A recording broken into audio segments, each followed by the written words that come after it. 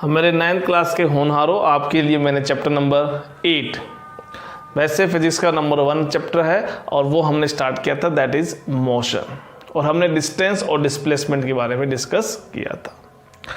आज हमारा नया टॉपिक है, वो है स्पीड एंड वेलोसिटी।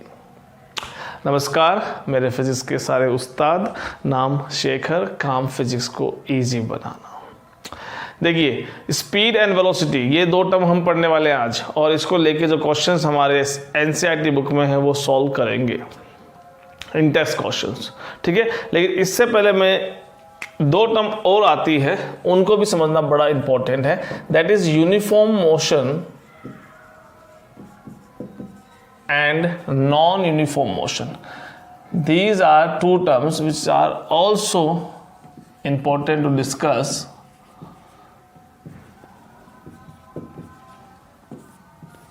यूनिफॉर्म का मीनिंग क्या होता है? यूनिफॉर्म देखते हो, आप स्कूलों में जाते हैं, आप स्कूलों में क्या पहनते हैं? यूनिफॉर्म पहनते हैं। तो यूनिफॉर्म क्या हुई? होने को तो एक ड्रेस तो है, पर कैसी ड्रेस है? तो सबके लिए एक जैसा है, सबका शर्ट एक जैसा है, सबका जो पैंट है वो एक जैसी है। तो जो भी आपने ड्रेस पहन रखी है वो अगर एक जैसी हो जाती है सबके लिए, उससे हम क्या बोलते हैं? यूनिफॉर्म। चाहे स्कूल की यूनिफॉर्म हो, चाहे पुलिस डिपार्टमेंट की यूनिफॉर्म हो, चाहे आपके एयरफोर्स की, नेवी की, हर एक चीज़ आप देखते हैं जिसमें अगर सब के सब एक सेम ड्रेस में आपको मिलेंगे तो हम उन्हें क्या बोलेंगे? उनके यूनिफॉर्म बोलते हैं। यूनिफॉर्म मतलब एक जैसा होता है। तो अब यूनिफॉर्म लग गया, फिर आ गया मोशन। तो एक जैसा मोशन अगर होगा उससे हम सिंपल क्या बोलेंगे? यूनिफॉर्म मोशन बोलेंगे। ये बस सिंपल जैसे नाम है वैसे इसकी डेफिनेशन हो जाती है। इसको हम डिफाइन कैसे करेंगे? तो देखो एग्जांपल ले लेते हैं। सपोज यहाँ से हम t = 0 है। अब ये t = 0 मतलब ये थोड़ी कि टाइम 0 हो गया, टाइम तो चलता रहा है। आज आप भी बड़े हो गए और आपसे पहले भी टाइम था। तो t = 0 क्या हुआ? जैसे आप स्टॉप वॉच देखते हैं, मान लीजिए स्टॉप वॉच देखी ना आपने, मोबाइल में भी आती है और वो डिजिटल वॉच पहनते हो आप, उसमें भी आती है, जिसमें आपने टाइमर सेट कर लिया 0 0 0 0 0 0। अब जैसे यहाँ से टाइमर साइड में बटन होती है, उसको ऑन करते हो तो आपका टाइम चलना शुरू हो जाता है। तो ये जब से आप उसका मोशन ऑब्जर्व करना शुरू करते हैं वो हमारे लिए क्या बन गया? t = 0 बन गया। वहाँ से आपने स्टार्ट कर दिया। जैसे अपन देखते हैं ओलंपिक्स में रेस होती है, तो वो जैसे ही दौड़ना शुरू करते हैं तब वहाँ टाइमर जो 0 0 0 पे सेट होता है वो ऑन हो जाता है। अब ऐसा तो है नहीं कि टाइम वहीं से स्टार्ट हुआ हो। भाई आज आप इतने बड़े हो गए हैं, तो इतना बड़ा मतलब आप 15 साल के हो गए हैं, मान लीजिए आप 14 ईयर ओल्ड हो गए हो, तो इतना टाइम तो स्पेंड हो चुका है। लेकिन हम क्या करते हैं? हम जिस मोशन को जब से काउंट करना शुरू करते हैं तब से हमारा उनका टाइम सेट करके स्टार्ट करते हैं। वैसे टाइम करोड़ों साल चलता रहा है और आगे भी करोड़ों साल तक चलता जाएगा, चाहे आपकी स्टॉप वॉच बंद हो जाए, ठीक है। तो हम टाइम कहाँ से काउंट कर रहे हैं? इसका मतलब हमने स्टॉप वॉच t = 0 सेट कर दिया, और यहाँ से मान लो किसी कार को हमने दौड़ाया, वो कार चली, या सिंपल मान लीजिए कोई स्टूडेंट है वो दौड़ता है, वो 2 मीटर की डिस्टेंस चलता है। कितने टाइम पे? Late 1 second. 1 सेकेंड स्पेंड होने के बाद वो अपनी इनिशियल पोजीशन से 2 मीटर चल चुका है, यहाँ पहुँच चुका है, यानी यहाँ आते आते उसका टाइम 1 सेकेंड स्पेंड हो चुका है। फिर अगली 1 सेकेंड में अगेन इट मूव 2 मीटर, फिर वो 2 मीटर चलता है। तो टाइम कितना हो गया? अब 0 से लेके 1 सेकेंड यहाँ, फिर 1 सेकेंड और लगी तो 2 सेकेंड हो गई।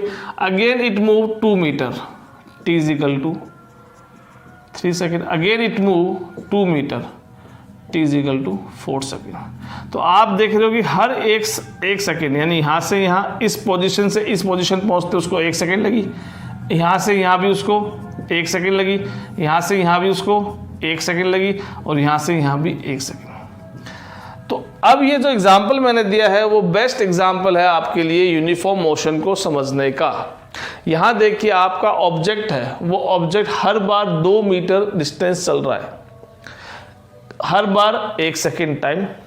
तो यहाँ से यहाँ वो 2 मीटर चला। इसका मतलब अगर इस पोजीशन की बात करूँ, अगर मैं इसको आपको बता रखा ना x एक्सिस मान लेता हूँ, इसको मैं x एक्सिस मान लेता हूँ स्ट्रेट लाइन, तो यहाँ से यहाँ 0 है पोजीशन, फिर ये 2 मीटर हो गई, फिर ये 4 मीटर हो गई, फिर ये 6 मीटर हो गई, फिर 8 मीटर हो गई, सो ऑन।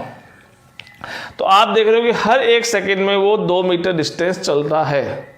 तो इफ एन ऑब्जेक्ट, डेफिनेशन क्या बनेगी, if an object move equal distances, if an object move equal distances 2 meter 2 meter 2 meter 2 meter 2 meter in every equal time interval 1 second 1 second 1 second 1 second, तो हर 1 second में यानी हर एक fix time interval में अगर एक object fix distance travel करता है तो that motion of object is known as uniform motion, is known as uniform motion. ठीक है, यानी अब ये आपका यूनिफॉर्म मोशन का एग्जाम्पल हो गया, आप समझ गए।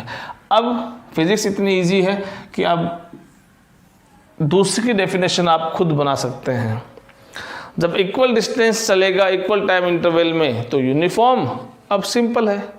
अनइक्वल डिस्टेंस चलेगा इक्वल टाइम इंटरवल में तो नॉन यूनिफॉर्म। ठीक है, तो अगर मान लीजिए आपका ऑब्जेक्ट है वो t=0 पे, t=0 पे एक्स एक्सिस के ओरिजिन पे है, एक्स एक्सिस के ओरिजिन पे है, और मान लो 1 सेकेंड स्पेंड होती है, वो दौड़ के मान लो 2 मीटर मार्क पे पहुंच जाता है। अगली 1 सेकेंड स्पेंड होती है, वो अब पहले से तेज दौड़ता है। सपोज वो 1 सेकेंड टाइम स्पेंड हुआ बीच में, यानी t= यहाँ 1 सेकेंड स्पेंड हुआ, यहाँ t= 2 सेकेंड तक टाइम चल रहा है अभी, लेकिन अब वो मान लो 7 मीटर पर पहुंच गया। यानी स्टार्टिंग में तो धीरे दौड़ा 1 सेकेंड और अगले 1 सेकेंड में तेज दौड़ा, तो उसी 1 सेकेंड में उसने ज़्यादा डिस्टेंस ट्रेवल की है पहले के कंपैरिजन में। ठीक है, और सपोज अब उसके दिमाग में आ गया वो स्लो हो गया, तो अगले 1 सेकेंड में आप देख रहे हो वो स्लो होके वो 8 मीटर चला, 8 मीटर वाले पॉइंट पे पहुंचा। तो अब देखो वो हर 1 सेकेंड में कितनी डिस्टेंस ट्रेवल कर रहा है। एक और ले लेते हैं, t=4 ले लो, मान लो t=4 और ले लिया आपने। ठीक है, अब मान लो इसमें आ गया 10 मीटर। तो अब देखो ये 10 मीटर 7 मीटर मार्क लगा रखा। अब देखो यहाँ पे पहली 1 सेकेंड में यहाँ से यहाँ 1 सेकेंड टाइम स्पेंड हुआ, कितना चला वो 2 मीटर। नेक्स्ट 1 सेकेंड 1 सेकेंड और स्पेंड हुआ, लेकिन इस बार वो थोड़ा तेज दौड़ा और 5 मीटर चला है, 2 से 5 पहुंचा। अनदर 1 सेकेंड वो स्लो हो गया, वो 1 मीटर चला, और आगे वाले में और फास्ट चला, पहले वाले से 2 मीटर। तो यहाँ आप देख रहे हो कि जहाँ यहाँ पे हर 1 सेकेंड के अंदर वो same interval distance 2 metre 2 metre 2 metre 2 metre चल रहा था, लेकिन अब टाइम तो वही लेना है, टाइम ध्यान रखना, टाइम इक्वल इंटरवल लेना है। यानी आपको यहाँ भी 1 सेकेंड 1 सेकेंड 1 सेकेंड 1 सेकेंड लेना है, पर उसके क्रॉसपोंडिंग डिस्टेंस कितना चला है वो देखना है। तो 2 मीटर 5 मीटर 1 मीटर 2 मीटर, यानी क्या कर रहा है वो कभी फास्ट दौड़ रहा है, कभी धीरे दौड़ रहा है, कभी फास्ट दौड़ रहा है, कभी धीरे दौड़ रहा है, तो उसका मोशन एक जैसा नहीं है, यानी उसका मोशन यूनिफॉर्म नहीं है। तो we can say that is non uniform motion. इसका एग्जाम्पल आप देख सकते हैं नॉन यूनिफॉर्म मोशन का। डेली आप देखते हो, आप खुद बाइक चलाते हो, साइकिल चलाते हो, कार चलाते हो, तो वो सब मोशन कैसा होता है, नॉन यूनिफॉर्म होता है। आपको फिक्स मोशन नहीं करते आप कि हर बार अपन फिक्स डिस्टेंस ही ट्रेवल करते हैं। ठीक है, तो जितने भी आप आपके चारों तरफ देखते हैं, खुद मोशन करते हैं, कार का मोशन देखते हैं, बाइक का मोशन देखते हैं, साइकिल का मोशन देखते हैं, इन सब का मोशन कैसा होता है, नॉन यूनिफॉर्म होता है। अब मुझे बताओ यूनिफॉर्म मोशन क्या एक्चुअल में एग्जिस्ट करता है क्या? कहाँ ऑब्जेक्ट ऐसे हैं जो आपको लगता है कि वो यूनिफॉर्म मोशन करते हैं? देखिए एग्जाम्पल सबसे बड़ा तो आपका अर्थ का। अर्थ को देखते हो आप, रिवॉल्व होती है, ये आपका सन होता है, और सन के चारों तरफ कौन रिवॉल्व होती है, आपकी अर्थ रिवॉल्व होती है। होती कि नहीं होती है? अरे भाई होती ही नहीं होती है, रिवॉल्व होती है। तो आप देखते हो कि हर साल मान लो यहाँ से राउंड स्टार्ट होता है, घूम के आके यहाँ कंप्लीट होता है। बताओ कितने दिन लगे? 365 डेज। इतना टाइम लगने के बाद, एग्जैक्ट अपन बात नहीं कर रहे हैं, एग्जाम्पल ले रहे हैं, मान लो 365 दिन, 365 डेज के बाद में वो अपना राउंड कंप्लीट कर लेता है। ठीक है, 1 साल बीत चुकी है, 1 ईयर कंप्लीट। अब क्या अगले साल वो ज़्यादा टाइम लेगा या कम टाइम लेगा? उतना ही टाइम लेगा। अगर हर बार ये उतनी ही डिस्टेंस ट्रेवल करता है, अगर अर्थ हर बार उतनी ही डिस्टेंस ट्रेवल करता है और उतनी ही टाइम में ट्रेवल करता है, इसका मतलब अर्थ का मोशन कैसा है? यूनिफॉर्म मोशन है। अर्थ का मोशन कैसा है? यूनिफॉर्म मोशन है। और एग्जांपल देखिए, आपकी जो वॉल क्लॉक है, ठीक है, दीवार घड़ी देखते हैं घर में लगी हुई है, जिसमें वो हैंड्स होते हैं, सेकंड हैंड, मिनट हैंड और आवर हैंड, वो सब के सब आप देखते हो यूनिफॉर्म मोशन ही करते हैं। अगर मैं आपसे पूछूं कि यूनिफॉर्म मोशन इसका कितना टाइम लगता है, जैसे मान लो ये आपकी आवर हैंड है, ये घूमेगी, मान लो 12, 1 बज गई, 2 बज गई, 3 बज गई, ठीक है, 4 बज गई, 5 बज गई, 6 बज गई, 7 बज गई, 8 बज गई, 9 बज गई, 10 बज गई, 11 बज गई, वापस 12 बज गई। तो एक राउंड कंप्लीट करने में इसे कितना टाइम लगा? 12 आवर्स लगा। जैसे अर्थ को अपना राउंड कंप्लीट करने में अराउंड द सन 365 डेज लगा, तो इसको कितना लगा? 12 आवर्स। और हर 12 आवर में अपना एक राउंड कंप्लीट करती है वही राउंड, तो हम क्या बोलेंगे? ये यूनिफॉर्म मोशन कर रहा है, ठीक है। ऐसे ही मिनट हैंड है, अगर ये छोटा होता है मिनट हैंड, इसका सॉरी उल्टा कर दिया मैंने, मिनट हैंड बड़ा लीजिए और आवर हैंड छोटा लीजिए, ठीक है। मिनट हैंड की बात करूंगा तो वो 1 आवर में 1 आवर में अपना राउंड कंप्लीट करता है, फिर वापस से रिपीट करता है, पर वो फिक्स हर बार 1 आवर में अपना राउंड कंप्लीट करता है। ऐसे 1 मिनट में आपका जो सेकंड का हैंड है वो अपना राउंड कंप्लीट करता है और हर बार 1 मिनट से ही वो अपना राउंड कंप्लीट करता रहता है, ठीक है। तो ये जितने भी एग्जाम्पल मैंने दिए हैं आपको सारे यूनिफॉर्म मोशन के एग्जाम्पल दिए हैं, और नॉन यूनिफॉर्म मोशन तो आप डेली लाइफ में देखते हैं अपने चारों तरफ, कार है, बाइक है, जो भी है वो सब नॉन यूनिफॉर्म मोशन करते रहते हैं, ठीक है। अब हम आते हैं स्पीड और वेलोसिटी पे। पहले बोर्ड साफ कर लेते हैं। देखिए स्पीड को समझते हैं। चलो पहले एग्जाम्पल लेता हूं मैं, उससे आप इसको रिलेट कर पाएंगे, ठीक है। मान लीजिए किसी स्कूल में रेस हो रही है और ये उस रेस का स्टार्टिंग पॉइंट है। ये क्या है? उस रेस का स्टार्टिंग पॉइंट है, और ये मान लीजिए उस रेस का फिनिश लाइन है, यानी फिनिश पॉइंट है, ये यहाँ पे फिनिश लाइन है, ठीक है। अब ये दोनों बच्चे यहाँ से दौड़ते हैं, ये दौड़े और ये दौड़े, ठीक है। दोनों ने अपनी रेस कंप्लीट कर ली। अब टाइम आया कि डिसीजन लीजिए कि कौन जीता कौन हारा। तो अब क्या होगा? आप देख रहे हैं कि ये मान लो यहाँ से यह रेस ये 100 मीटर की है, तो दोनों ने 100 मीटर ट्रेवल किया कि नहीं किया? दोनों ने 100 मीटर ट्रेवल किया। इसका मतलब क्या हुआ? दोनों को ये अपन विनर अनाउंस कर दे। दोनों ने सेम डिस्टेंस ट्रेवल की है या सेम डिस्प्लेसमेंट ट्रेवल किया, दोनों के लिए बात सही है। तो गड़बड़ हो गया काम, क्यों? आपको दिख रहा है कि नहीं एक जीतेगा इसमें से, और आपके दिमाग में एक क्यों आया? क्यों आप ये देख लो, चलो डिस्टेंस या डिस्प्लेसमेंट दोनों ने सेम ट्रेवल किया है, कोई दिक्कत नहीं है। वो भी 100 मीटर पहुंचा है, वो भी 100 मीटर पहुंचा है, लेकिन हम क्या करेंगे? जो पहले पहुंचा है उसको देखेंगे और उसको विनर अनाउंस करते हैं। यही होता रहा। तो पहले पहुंचने का मतलब क्या हुआ कि आप वहां पे टाइम फैक्टर ऐड कर रहे हैं। डिस्टेंस ट्रेवल की चलो ठीक है, लेकिन वो कितने टाइम में डिस्टेंस ट्रेवल की है वो फैक्टर ऐड करके हम एक नई फिजिकल क्वांटिटी बनाने वाले हैं, और उस फिजिकल क्वांटिटी का नाम क्या है? स्पीड, ठीक है। यानी हम क्या देख रहे हैं कि इस बच्चे ने 2 सेकेंड में डिस्टेंस ट्रेवल की और इस बच्चे ने 5 सेकेंड में, ए स्टूडेंट ने 2 सेकेंड में और बी स्टूडेंट ने 5 सेकेंड में। तो अब बताइए कि कौन आपका विनर होगा? तो आपका आंसर सही है, आंसर आपने कहा ए, क्योंकि वो 2 सेकेंड में ट्रेवल कर गया। डिस्टेंस बराबर थी लेकिन कम टाइम में ज़्यादा डिस्टेंस कौन ट्रेवल करेगा उसको ही हम क्या मानेंगे? हमारा विनर मानेंगे, ठीक है। तो आपने क्या ऐड किया? आपने टाइम फैक्टर ऐड किया। किस में ऐड किया? डिस्टेंस में ऐड किया, ठीक है। तो हमने क्या लिया? डिस्टेंस तो ट्रेवल करेंगे ही, पर कितने टाइम में? इसको टाइम से डिवाइड किया, मल्टीप्लाई क्यों नहीं किया? डिस्टेंस टाइम फैक्टर आपको ऐड करना था, आपने इस टाइम को मल्टीप्लाई क्यों नहीं किया, डिवाइड क्यों किया? तो आप खुद ही बता दीजिए। इनमें से ये जीतता है, ही इज द विनर। आप ये तो कह रहे हो ए विनर है, ए की स्पीड ज़्यादा है या कम है, यानी 100 मीटर में वो डिस्टेंस ट्रेवल करता है 2 सेकंड में, वही 100 मीटर डिस्टेंस बी ट्रेवल करता है 5 सेकंड में। तो ज़्यादा तेज़ कौन दौड़ा? आपका आंसर है ए, किसने 2 सेकंड में।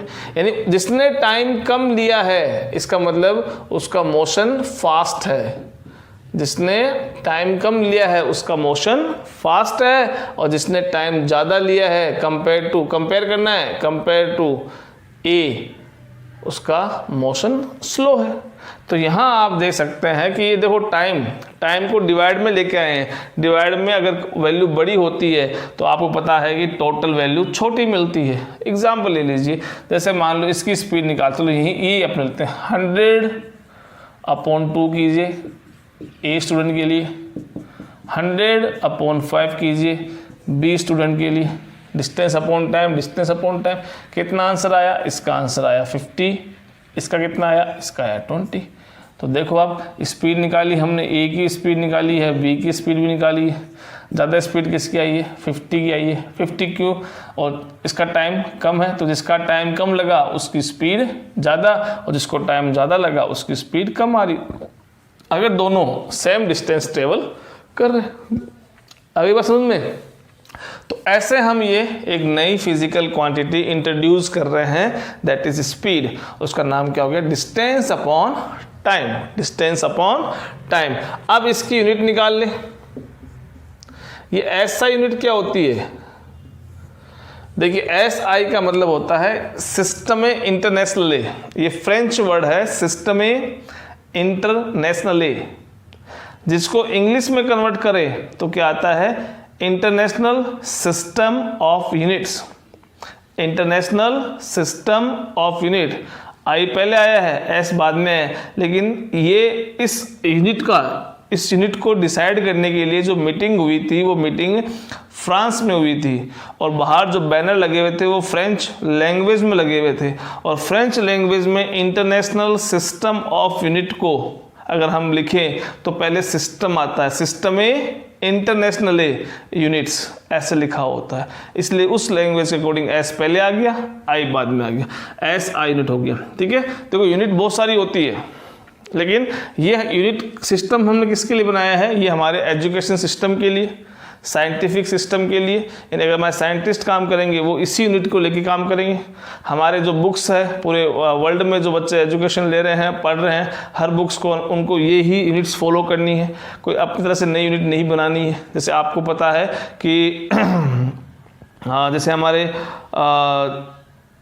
डिस्टेंस अपन जनरली किलोमीटर में हम मेजर करते हैं, ठीक है, लेकिन हम यहाँ पे सब कुछ डिस्टेंस मीटर में मेजर करते हैं। हम किलोमीटर को SI यूनिट की कैटेगरी में ना रख के हम मीटर को SI की यूनिट में रखते हैं। जैसे अपनी हाइट होती है वो फिट में हम मेजर करते हैं, ठीक है, लेकिन अपन जो बुक्स में पढ़ेंगे या बुक्स में प्रॉब्लम सॉल्व करते हैं तो उसको हम मीटर में कन्वर्ट करके सॉल्व करते हैं, कि पूरे वर्ल्ड में हम उसी को एक ही यूनिट लेके चलते हैं। कौन सी? हाइट के लिए या डिस्टेंस के लिए मीटर लेके चलते हैं। ठीक है, तो अब स्पीड के लिए हम यूनिट बनाएंगे, तो डिस्टेंस के लिए क्या बताया मैंने आपको? मीटर। तो देखो फॉर्मूले से बनाना, आपको रटना नहीं है, आपको स्पीड का फॉर्मूला पता है, डिस्टेंस अपॉन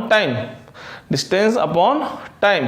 ठीक है, तो डिस्टेंस मीटर, अपॉन में टाइम, तो अपॉन में टाइम की क्या होती है? सेकंड होती है, तो मीटर पर सेकंड हो गई। इसको और लिखने का तरीका ये भी है, जैसे आप मैथमेटिक्स में करते थे, ये m हो गया, डिवाइड में सेकंड है, इस सेकंड को डिवाइड में जो सेकंड है इसको ऊपर भेजेंगे तो इसकी पावर क्या हो जाती है? क्योंकि अभी बाय डिफॉल्ट पावर 1 होती है, जिस पे पावर लगी नहीं होती है, ऊपर जाने पे -1 बन जाती है। तो ये स्पीड की SI यूनिट होगी। तो स्पीड को हम कैसे डिफाइन करेंगे? It is defined as distance travel by an object in unit time. ठीक है, या दूसरा the rate of distance travel by an object. ठीक है, किस रेट से वो डिस्टेंस ट्रेवल कर रहा है उसको हम क्या बोलेंगे? स्पीड बोलेंगे। ठीक है, अब एक एवरेज स्पीड का और कॉन्सेप्ट आता है। एवरेज स्पीड का कॉन्सेप्ट कैसे आता है? जैसे एग्जांपल ले लेते हैं अपन, कि अगर मान लो आपको मैं कहता हूं कि आप यहां से जयपुर दिल्ली जाना है आपको, आप जयपुर में हैं अभी और वहां से आप दिल्ली के लिए रवाना हो जाइए। ठीक है, और मैंने आपको एक टाइम लिमिट दी है। ठीक है, ये आपका मान लीजिए आपका जयपुर है और यहाँ से मान लो ये दिल्ली है। स्ट्रेट लाइन तो नहीं है, फिर भी अपन दिल्ली, स्ट्रेट लाइन तो नहीं है, फिर भी हम लिख देते हैं, ठीक है। और सपोज ये डिस्टेंस फॉर एग्जांपल हम लेते हैं, this is 300 kilometre, 300 kilometre distance है, और मैं कह रहा हूँ कि डिस्टेंस आपको 6 आवर्स में कवर करनी है, ज़्यादा फास्ट नहीं जाना, आपको आराम से 6 घंटे तक वहाँ पहुँच जाना है, ठीक है। तो अब आपसे पूछूंगा कि आप ये डिस्टेंस ट्रेवल करोगे, आपको डिस्टेंस पता है, कितने टाइम पे आपको वहाँ जाना है ये पता है, तो बताइए फिर आप किस स्पीड से मूव करेंगे, आपकी क्या स्पीड होगी, यानी कितना किलोमीटर कितने आवर्स में आप ट्रेवल करोगे, यानी कितना मीटर कितने सेकंड्स में आप ट्रेवल करोगे, वो आप आंसर दोगे। तो आप क्या करोगे, आप एक फॉर्मूला हमारा है वो अप्लाई करोगे, एवरेज स्पीड का फॉर्मूला, एवरेज स्पीड का फॉर्मूला, यानी इसका सिंबल देखो, हाँ बताना भूल गया मैं, इसका सिंबल होता है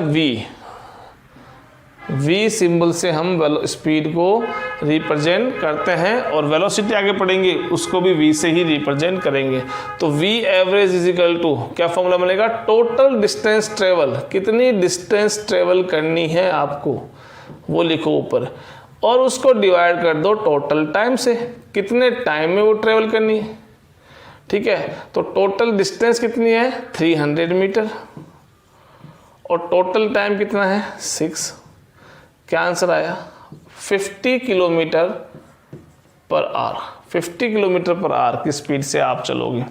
तो अब ये एवरेज स्पीड निकाली हमने, इसका मतलब क्या हुआ कि आप ये थोड़ी है कि आप यहाँ से स्टार्ट करोगे तो एक फिक्स 50 किलोमीटर पर आवर की स्पीड से ही चलते जाओगे, ना तो उसको कम करोगे ना आप उसको ज़्यादा करोगे, ऐसा तो होने वाला नहीं है। अगर आपको हाईवे खाली दिखेगा तो आप तेज़ दौड़ाओगे, आप 100 किलोमीटर पर आवर की स्पीड से दौड़ाओगे, 120 किलोमीटर पर आवर की स्पीड से दौड़ाओगे, लेकिन रास्ते में इतना लंबा सफ़र है तो आप रुक के कहीं खाना भी खाओगे, चाहे नाश्ता भी करोगे, तो स्पीड आपकी बिल्कुल जीरो भी हो जाएगी। तो दोनों कंडीशन होगी, लेकिन आपको बस ये दिमाग में रखना है कि अगर हमने स्पीड कहीं लॉस की है, बिलो 50 अगर हम चले हैं तो हमें आगे बढ़ा के उसको कवर करना है जो लॉस हमारा पीछे हुआ है, लेकिन हमें ऑन द एवरेज 50 किलोमीटर ही रख के चलना है, ठीक है, इसको हमें कम नहीं करने देना है। तो एवरेज का मतलब क्या हुआ कि वो फिक्स डिस्टेंस नहीं हुई है, वो डिस्टेंस कौन सी हुई है आपकी, इनिशियल पॉइंट से फाइनल पॉइंट पर पहुंचने में कितना टाइम लगना है, कितनी डिस्टेंस है, उसके हिसाब से आप एवरेज स्पीड निकाल सकते हैं। ये हमारा एवरेज स्पीड का कॉन्सेप्ट है।